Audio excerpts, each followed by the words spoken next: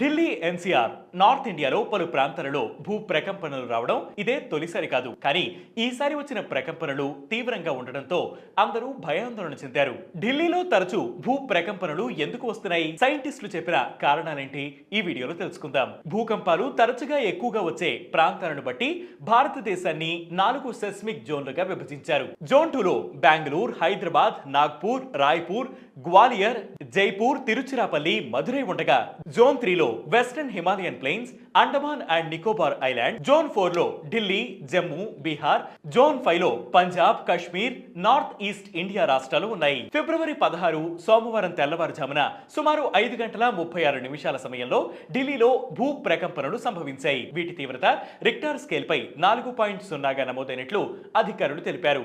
భూకంప కేంద్రం ఢిల్లీ నగరంలోని డౌలా కువాన్ వద్ద భూ ఉపరితలానికి 5 కిలోమీటర్ల లోతులోనే ఉండడంతో ఈ ప్రకంపనలు తీవ్రంగా అనిపించాయని ఎన్సీఎస్ డైరెక్టర్ ఓపీ మిశ్రా చెప్పారు. ఇలాంటి వాటిని షాలో డెప్త్ ఎర్త్క్వేక్ అంటారని చెప్పారు. టెక్టోనిక్ ప్లేట్ కదలికల వల్ల సంభవించలేదని, ఇన్సిటు మెటీరియల్ హెట్రోజెనిటీ కారణంగా సంభవించిందని తెలిపారు. అంటే స్థానిక భౌగోళిక పరిస్థితుల వల్ల సంభవించిన ప్రకంపనలు. Delhi Bharat plate Eurasian plate కు సమీపంలో ఉంది.